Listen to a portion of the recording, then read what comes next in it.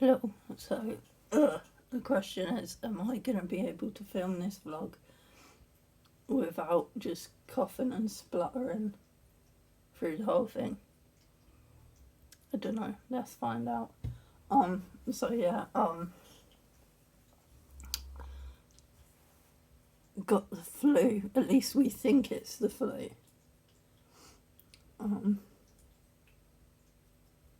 Probably like 70% sure it's the flu. Hopefully it's not COVID. But both me and John have it. It is currently like 2 o'clock in the morning. I can't sleep because I'm constantly coughing.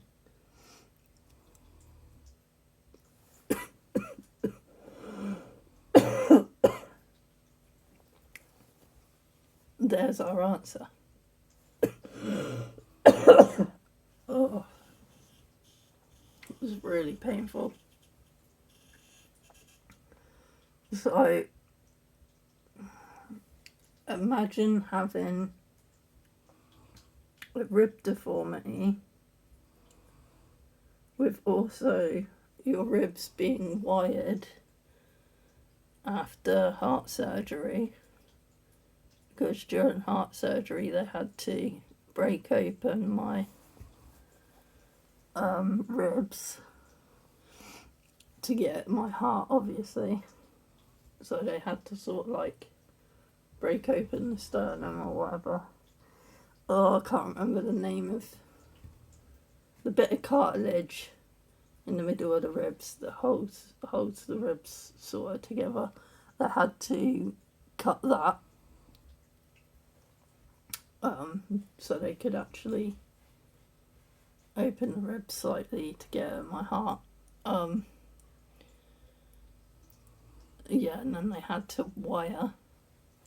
So I've got wire holding my ribs closed and holding them together, as well as a rib deformity, which I've had since sort of like birth. I think it's the Marfan syndrome thing. And then, of course, add to that all my spinal problems. And the spinal surgery I had and all the metal work that is in my spine from the spinal fusion.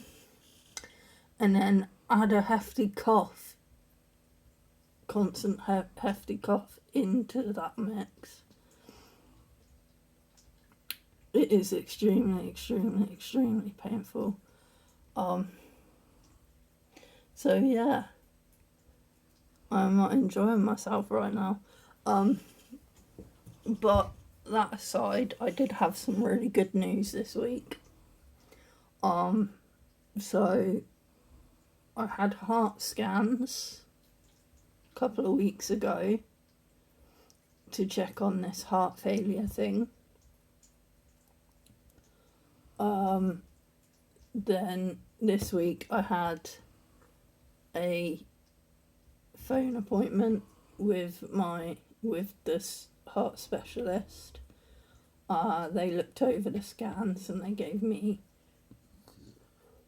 the results. And yeah, really good results. Obviously my heart is not completely cured, it never will be. There's so much going on with my heart at the moment.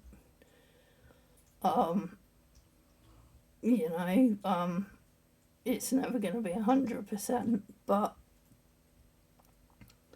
at least they've sorted out, well, they've not cured it, they've just got it under control, basically. I think it's called arrhythmia. Basically my heart was erratically beating out of control. It was beating way too fast, and just beating erratically, and it was causing a lot of issues, and it was at quite a dangerous level. I was getting dizzy spells constantly, blacking out. you know, fainting, stuff like that, getting chest pains, from doing any kind of activity, you know, just getting up out of my seat and walking to the bathroom would send me into dizzy spells and fainting spells. So, yeah, it got really bad. Sorry, my voice is going a bit weird. But yeah.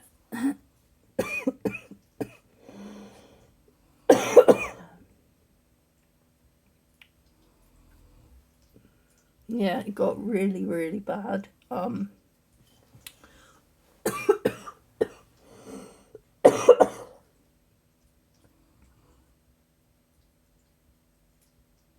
Okay, coffee, you gonna let me speak today? No?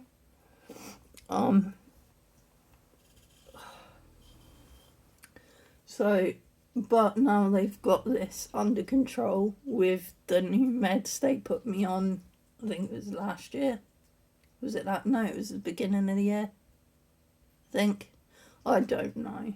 I'm not good with dates, remembering dates and times and stuff. But yeah, they put me on some new meds. I'm having those meds tweaked again. I've had them tweaked again. So they've taken me off one of them that isn't so good for the heart failure issue. And they're just upping the dosage of other meds that I'm on to help compensate, I guess. So yeah, they've got it completely under control. And to be honest, in the last couple of months, I've had no real dizzy spells, fainting spells, or anything like that. So the new meds have been helping. I think there was only one time I had a massive issue during the last couple of months where I got some extreme chest pains and extreme dizziness and fainting, and that was because I had a massive anxiety attack, and a massive mental health breakdown. So yeah, and that caused all of that issue. But once the anxiety attack calmed down and the mental health calmed down a bit, that went away and I was fine. So yeah, I've just got to be careful now and try not to have anxiety attacks, I guess. It's probably going to be easier said than done. But yeah, during the mental health breakdown, my personality decided to have a switcheroo. So, like, yeah, I have a personality disorder as well. So I don't.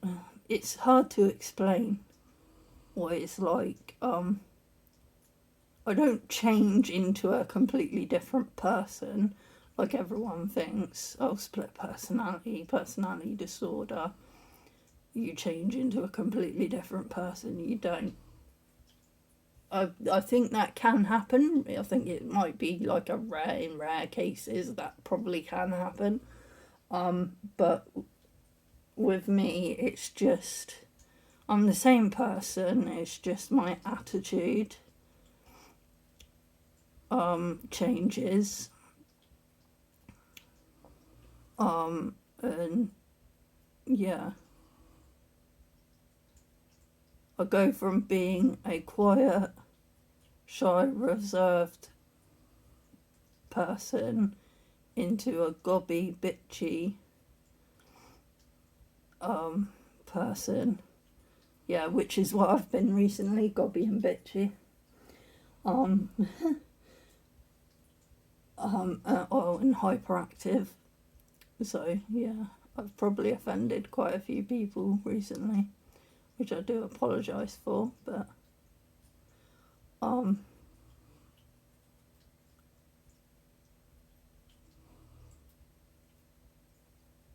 yeah, but I think that's how my mind decides to cope. That's how my mind copes with difficult situations. It goes, right, this quiet, shy, reserved personality cannot deal with this crap right now, so we're going to have a switcheroo, and the bitchy, hyperactive, gobby personality is more capable of dealing with the crap. So we're going to have a switcheroo until all the crap is dealt with, and then we're switcheroo back. Which in one way is annoying, because I kind of like being obviously I don't like being bitchy towards people, but I kind of like being the hyperactive, more extroverted, more sociable kind of person. But yeah.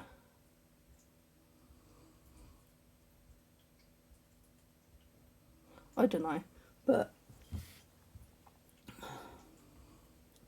I need to find an equal balance between the both, I think, which is, again, easier said than done, especially when you're not getting treatment for it. I'm not getting treatment for any of my mental health, really. No medical professionals.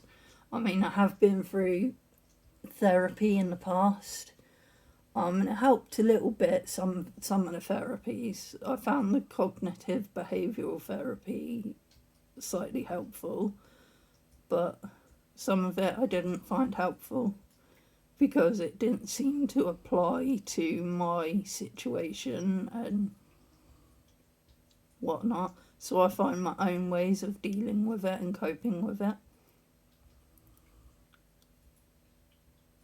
So, yeah. Which is usually when I'm having really, really bad time with my mental health. I avoid humans.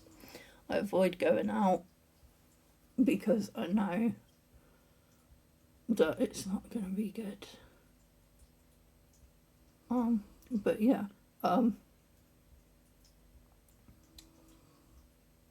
But if you are someone struggling with mental health, don't be afraid to go and get help. Don't be afraid to go and get diagnosed, go and get treatment. I have had a basic diagnosis, but I've not had a full diagnosis.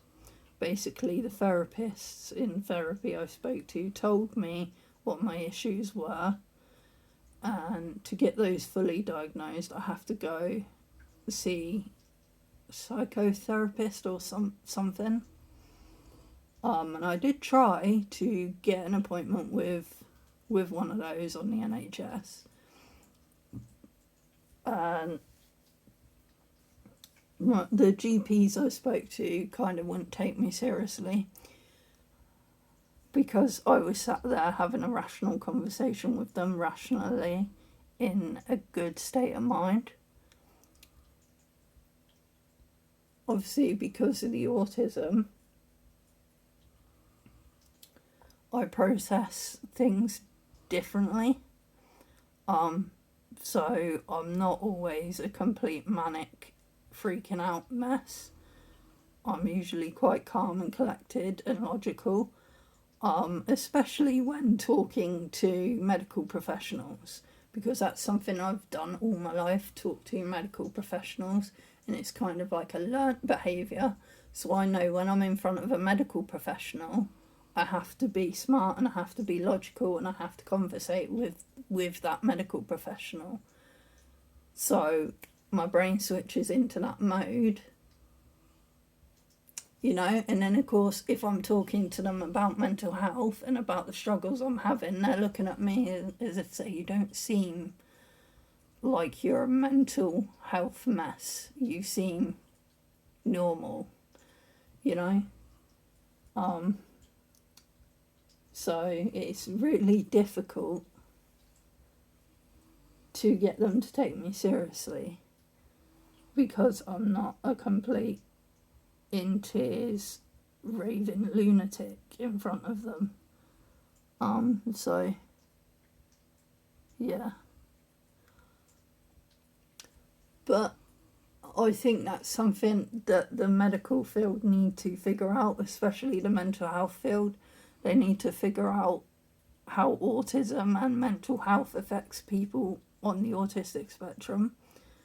I mean, because all of us autistic people, we're all different. We all struggle differently. We all suffer differently. We all have different traits. You know, like they say, when you've met one autistic person, you've met one autistic person. You know, we're all different. Which in itself makes life more difficult, I suppose, for the medical professionals and mental health professionals. You know, because it's a spectrum. They're trying to figure out where on the spectrum you are. You know, and you differ from all their other spectrum patients. So it's very hard to gauge what's going on there, but for the medical professionals. But yeah, they need to figure out how to cope with and how to see mental health in people on the spectrum who do not outwardly show their mental health issues. Because most people on the autistic spectrum mask a lot. So I'm bad for it. I mask all the time. I'm masking all the time. I've been practicing not masking, but it's really difficult because as soon as I get in an uncomfortable situation, whether that be some sort of social interaction or whatever, straight away mask. And it's sort of like an automatic thing. Sometimes I don't even know I'm doing it. And yeah, it's like, I guess I've found through my life that mask is protection. But then that has confused me my whole life because it's like I change to suit others. I change my behaviour. I try to mimic my peers so that I can fit in. And that's what I've done all my life. But then doing that all my life, I'm now not in touch with who I am as an actual person, if that makes sense. So I don't know who I am. All I know is the mask. So I've been trying to unmask and figure out who I am as a person, which I've made some headway with that.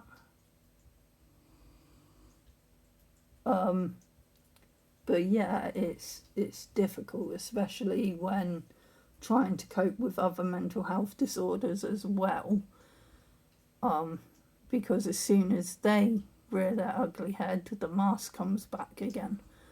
And then we have personality switcheroos, which again doesn't help.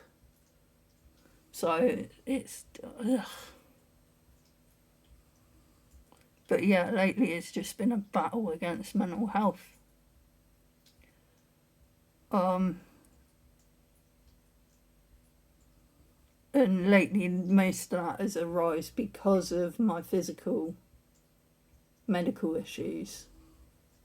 I'm having a lot of physical medical issues that are scaring the bejesus out of me. So yeah, obviously all the heart stuff and being diagnosed with heart failure, because when you get told heart failure, that's really scary. They're really scary words. Because when you're told your heart is failing, I mean, your heart is the thing that keeps you alive, you know, it's the thing that's pumping blood and oxygen and God knows what else around your body that's keeping you alive. If that fails, you're screwed, you're dead. So being told, yeah, you have heart failure, that was kind of scary. Because straight away I was like, I'm gonna die.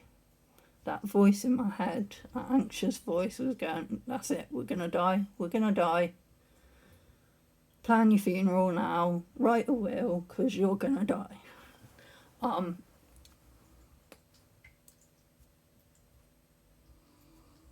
So yeah, it was really scary.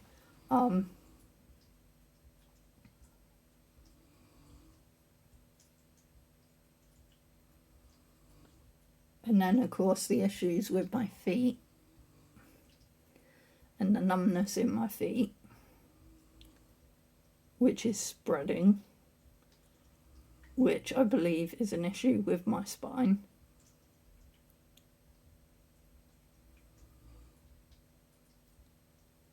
Which I need to go and see a doctor for, but I'm too scared to go and see a doctor for that because I don't want to be told, yeah, your spine is screwed.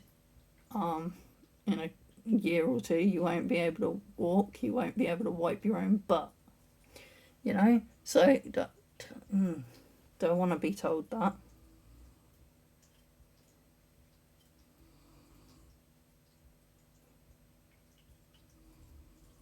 So, yeah, like, thoughts of unlifing myself is a daily occurrence at the moment.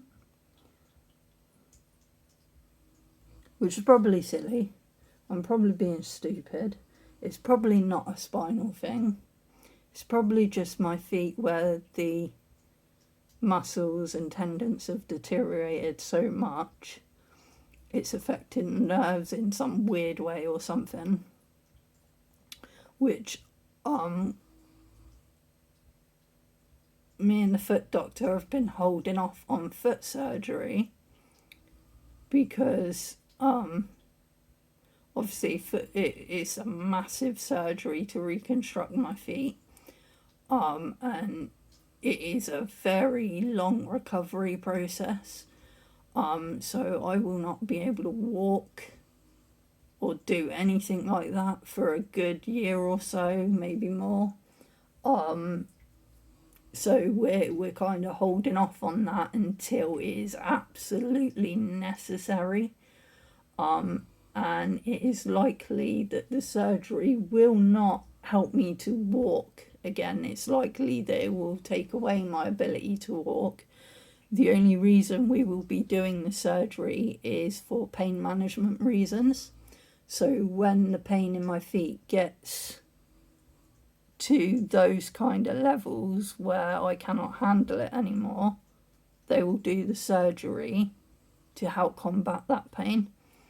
And if the surgery doesn't take, where it's most likely won't take because I am a Marfan syndrome patient, yeah, that will mean then I cannot walk on my feet anymore and I will be completely bound to a wheelchair. So, yay.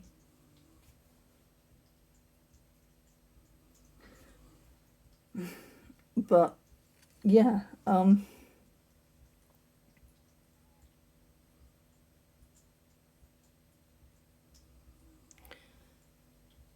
so yeah, a lot going on in my head, and then obviously the eye issues as well. Still not got my glasses fixed.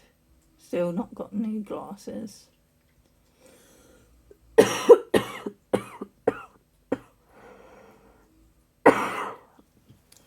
Excuse me.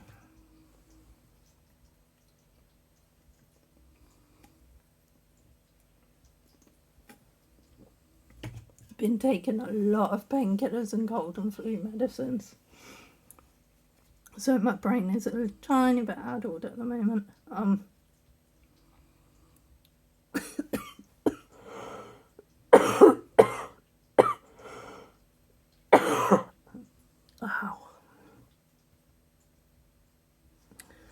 I wish this cough would go away.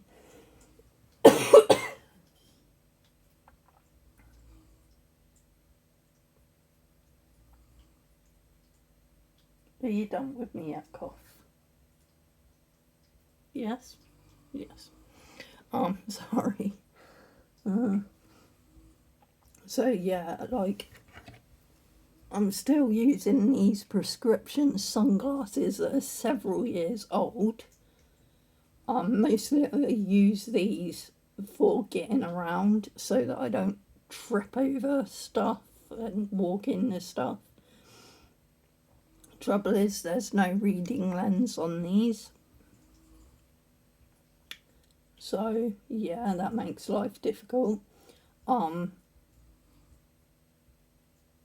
They're also pretty crap as sunglasses. They let all the light in.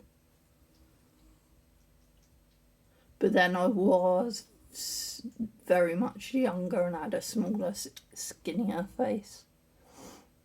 So I think these are like child-sized glasses.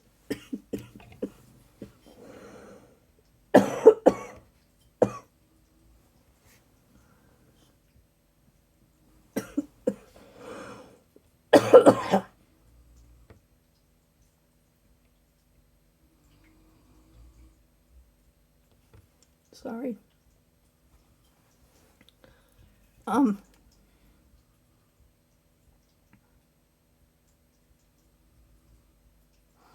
So, but yeah, ugh.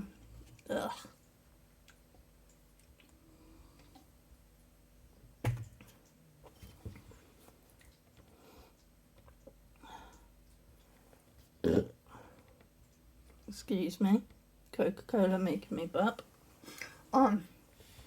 Yeah, so with the eye thing as well, like, I've been waiting for an appointment at the eye unit at the hospital. They keep sending me appointments, but then a couple of days later they cancel the appointment. Then a couple of days later they send out a new appointment. This has been going on for something like 2 or 3 years now. I can kind of understand with the COVID stuff. They don't want to be dragging vulnerable people into the hospital unnecessarily, which I kind of understand it from that angle.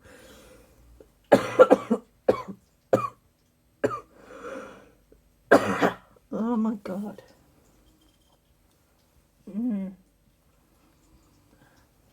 But yeah, I kind of understand it from that angle. But then it's imperative that I get my eyes tested and treated. Because I am going blind in this eye. And they still haven't figured out why. And that was before the pandemic. This eye started going iffy. And I started to go see them at the eye unit. And they started to kind of look at it and try and treat it. And then the pandemic hit. And the lockdowns hit. And all that was postponed.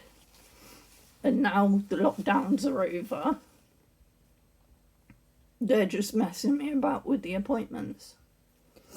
And then because I can't get an appointment at the eye unit at the hospital, and they have told me that, the doctor there has told me not to get new glasses, not to get a new prescription until they figured out what is wrong with my eye.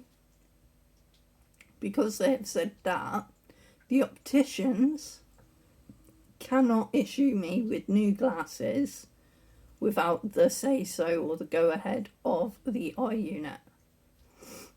So until I get this appointment with the eye unit, I'm kind of screwed on glasses and being able to frickin' see. You know? Stupid. And it's just really winding me up. Because,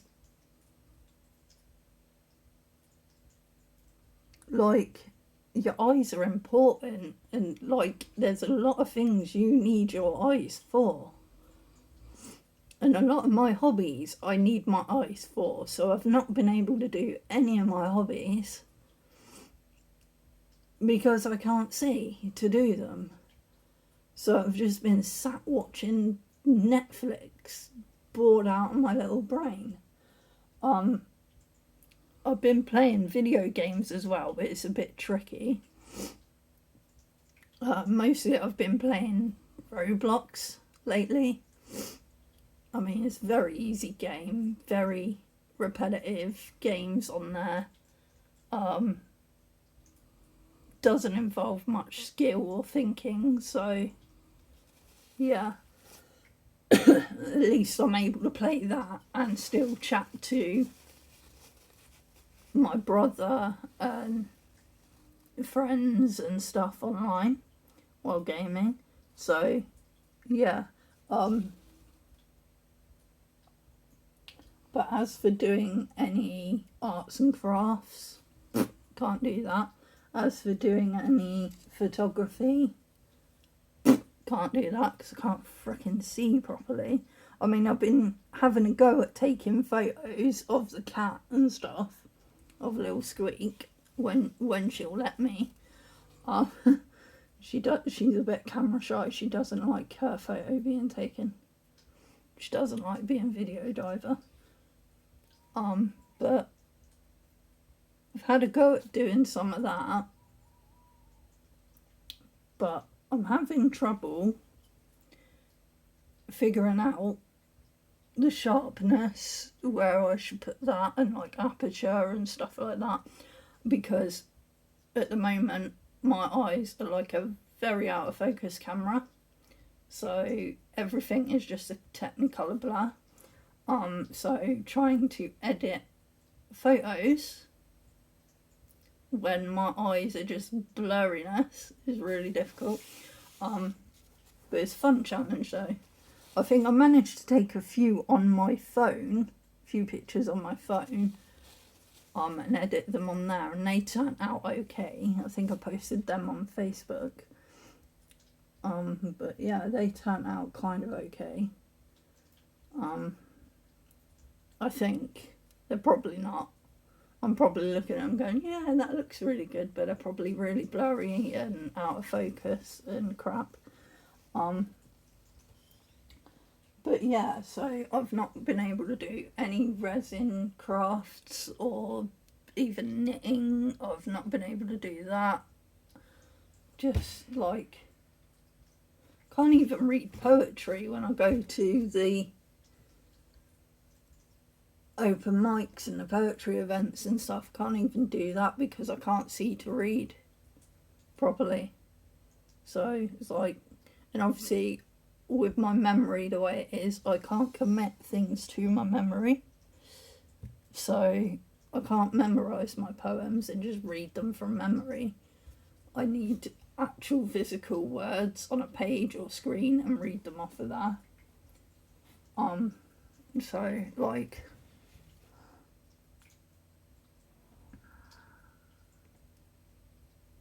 so yeah, it's just like, I'm so annoyed at the moment with the eye hospital. I mean, I've got an appointment with the opticians in December sometime, I think.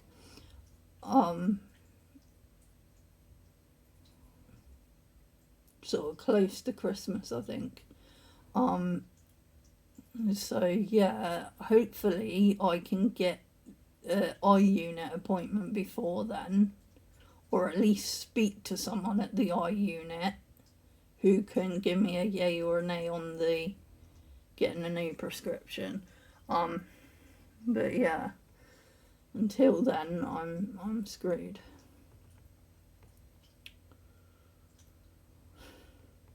So yeah, at the moment it's just physical health, causing issues with mental health.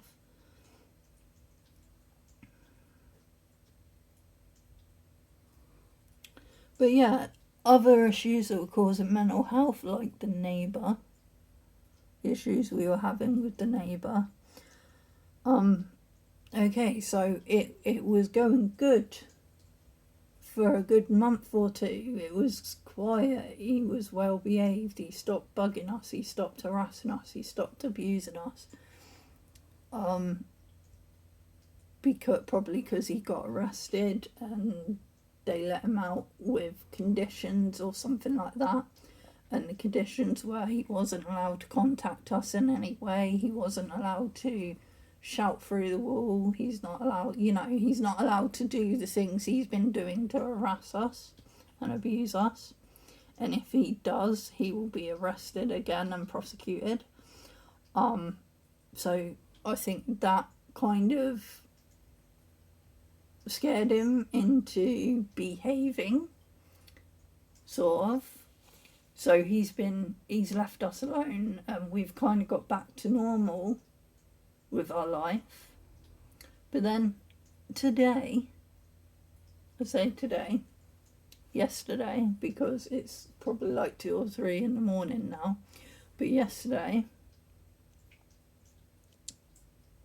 he kind of kicked off a little bit at me. So I decided, because me and John are ill with the flu, I thought I'd make a nice stew in the pressure cooker. I've got a Pressure King Pro. I thought I'll make a stew in there, because, stews are really good in cold weather. It's really, really good when you're ill. So I did that, and when I make a stew, I do use a lot of herbs and spices, like you're meant to when you make stew. Otherwise your stew's going to end up tasting boring, and it's not going to have any nutrients in it.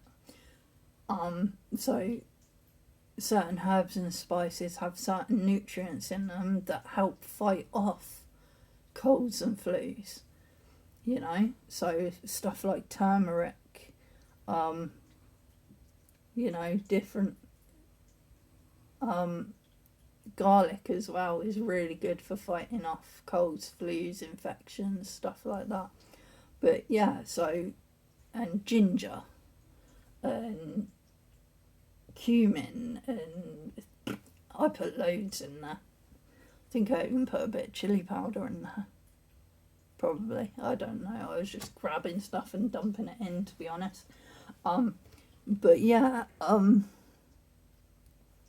we also had Nordic bacon in there.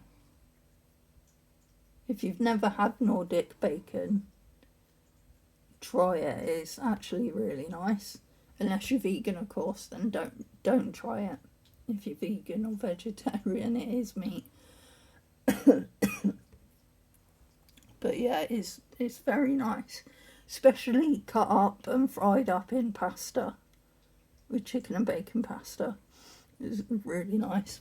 But yeah, that was the only bacon I had, and I thought, well, I'll try it in the stew, see what it's like, and it actually turned out quite nice. So we had like chicken and bacon, all different kinds of veg and chickpeas and all sorts in there. But yeah, so I cooked that stew in the Pressure King Pro. When it had finished cooking and I opened the Pressure King Pro, obviously the Pressure King Pro holds in all the flavour and all the smell of the food, because it's sort of pressure sealed. So when I open the Pressure King Pro, all the smell wafts out when I take that lid off. So obviously next door he could smell all the herbs and spices in this stew. I mean, it wasn't a nasty smell. It was actually quite a nice smell. But then I do understand some people are sensitive to certain herbs and spices and how they smell. I do understand that. But we're living in a tower block, hundreds of people all living on top of one another.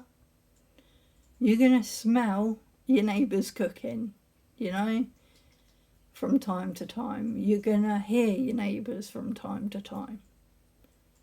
So we just have to be tolerable of each other. And fair enough, he didn't like the smell of it, fair enough. Whatever. But it was his reaction to it that was the problem. He started shouting. He started shouting at me about the smell of my food.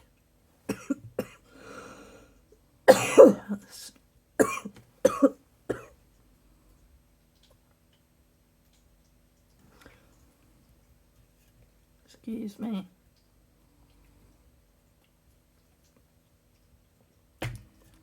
So yeah, he started shouting about the smell of my cooking.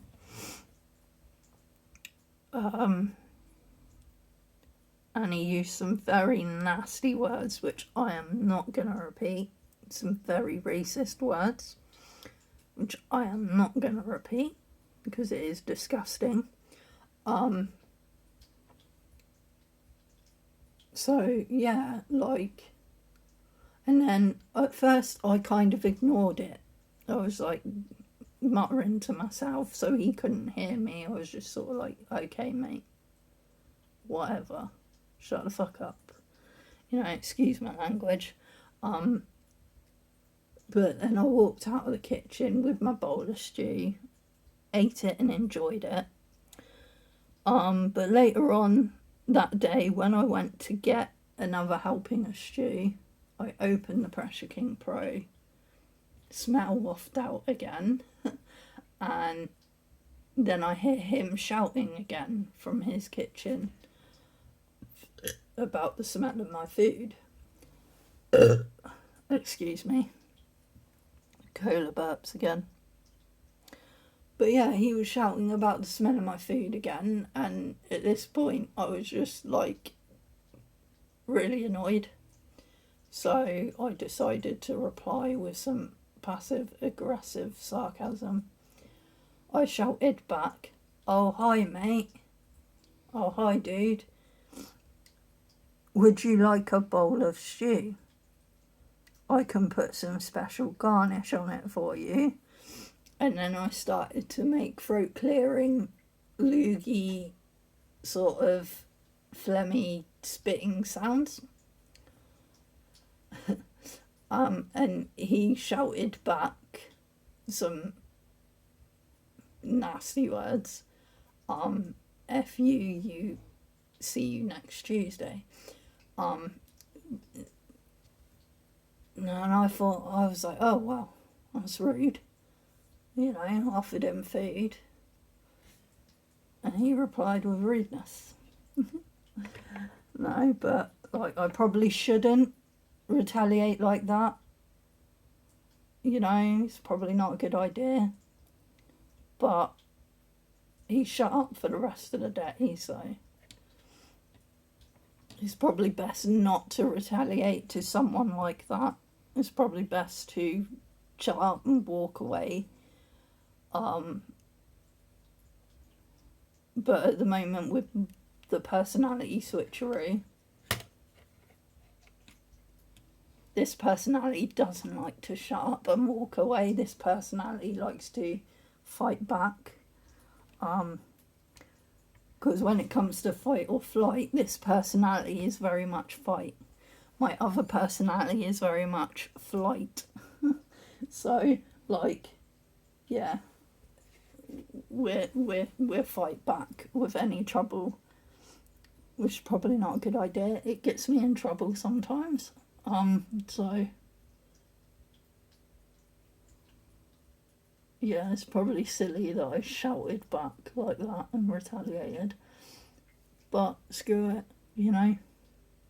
I've been taking crap from him for months, for over a year, something like that. So I'm at the point where I'm past caring at the moment. I'm at the point where I'm like, Don't give a crap. Like,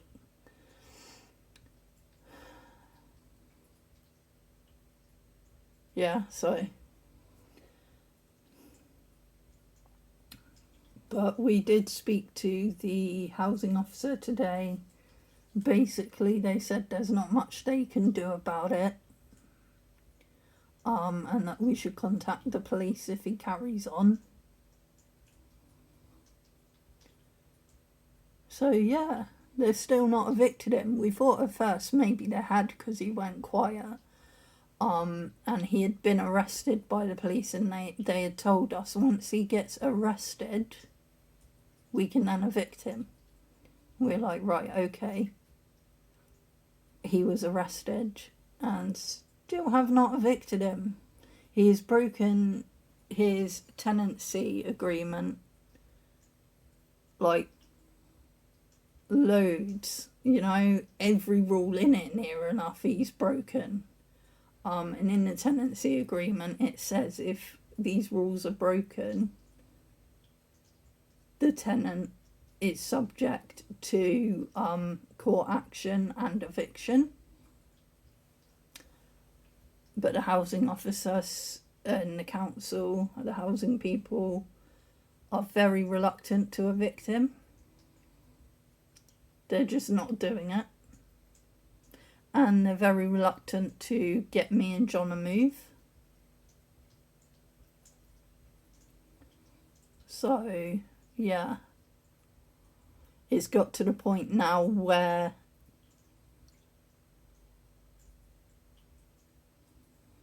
something drastic has to happen and he has to get arrested and put in prison or something, or someone like me or John has to be injured by him if he carries out his threats against our life. It's got to that kind of point because the housing officers and the police and everything aren't going to do anything unless he actually acts on whatever he's doing and whatever he says on the threats and things, So,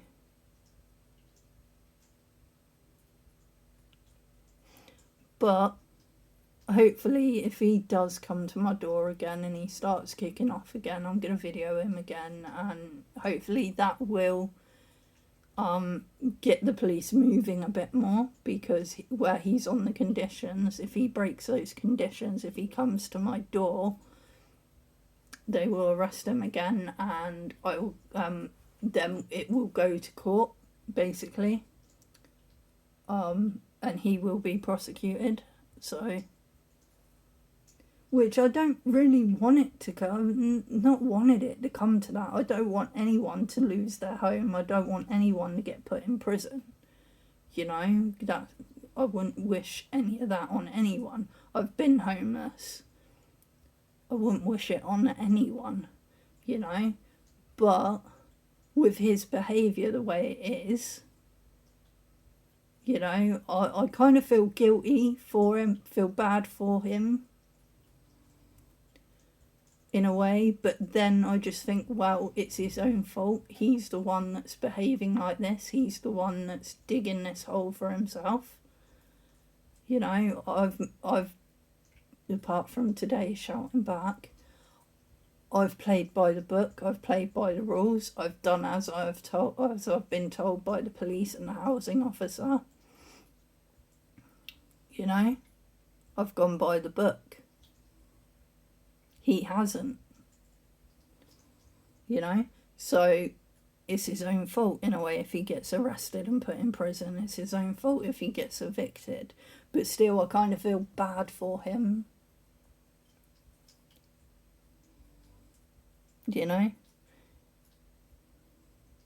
I think he may have mental health issues of his own.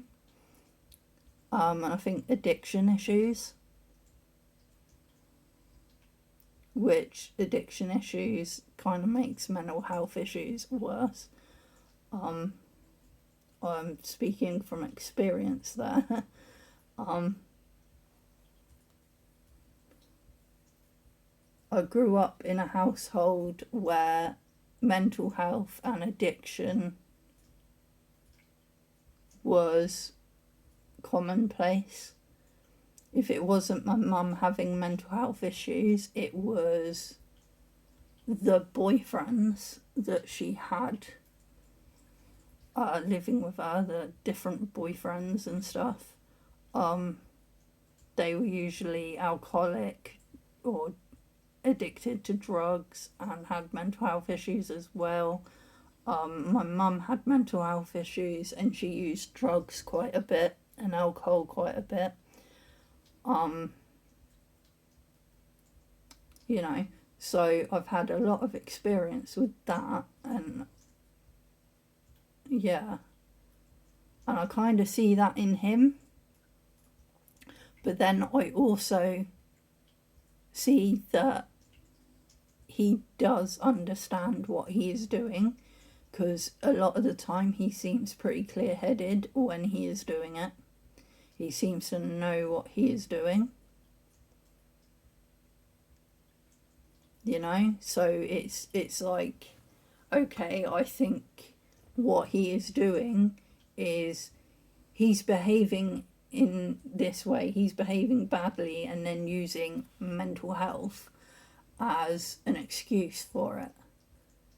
Which I know that sounds horrible of me to say, because mental health can, speaking from experience, can make you behave erratically, it does have a bearing on your behaviour. But then I think people have realised that, and people have learnt how to use mental health as an excuse. They like, oh yeah, I can do this and I'll just get away with it by saying I'm mentally ill. You know?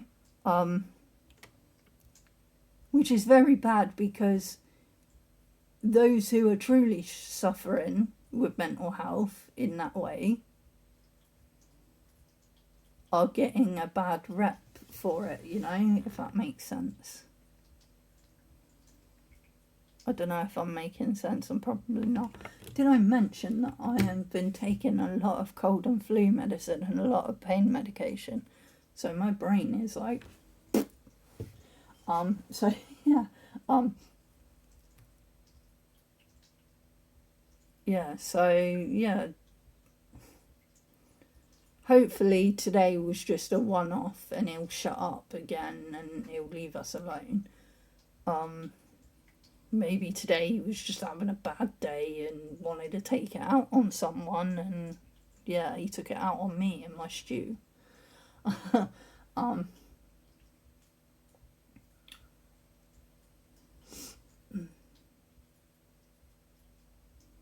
But yeah, so that's what's going on now.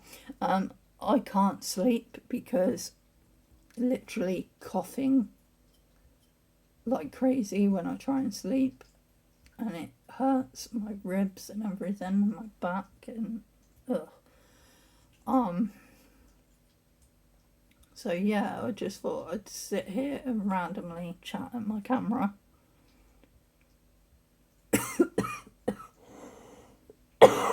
And cough at the camera. Sorry.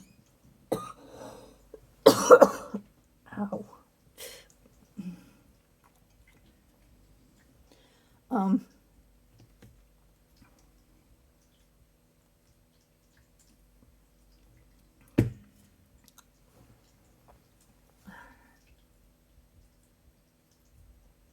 But yeah, I think I'm going to shut up now.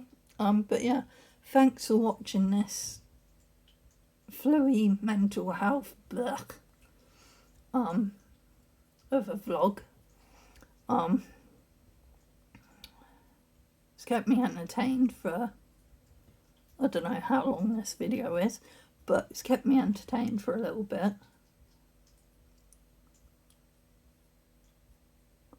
I don't know what to do now though. Probably watch some Netflix until I finally pass out asleep from the flu meds. But yeah, thanks for watching guys, and I shall see you later. Bye bye.